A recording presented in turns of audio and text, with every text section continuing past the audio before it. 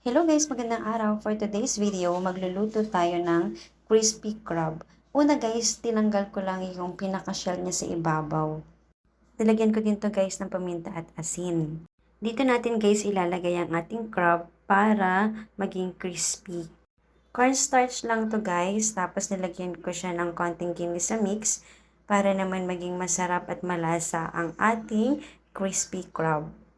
Sobrang sarap nito guys. Masarap siyang papakin guys at pwede din siyang pang-ulam tapos isasawsaw mo siya sa sukang maanghang.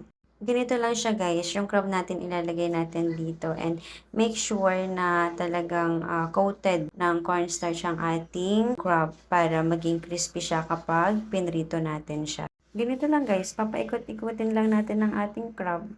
Parang gano'n sa pagpapaikot mo sa ex mo, char.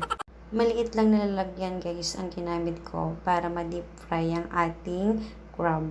Kakailanganan kasi natin guys ng maraming mantika para ma-deep fry ang ating crab at talagang para maging crispy siya.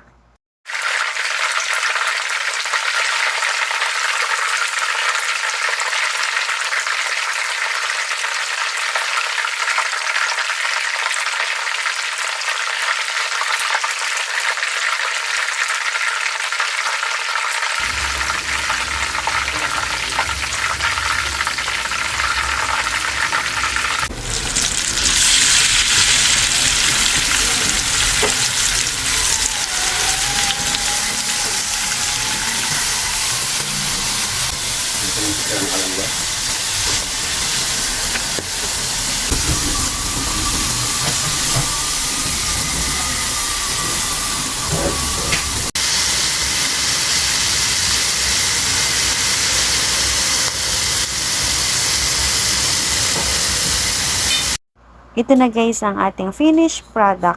Sobrang crispy niya guys. Kahit malamig na siya, crispy pa din. Walang tapon dito guys. Lahat pwede mong kainin dahil sa sobrang crispy niya. Tapos partneran natin guys ng sukang maanghang.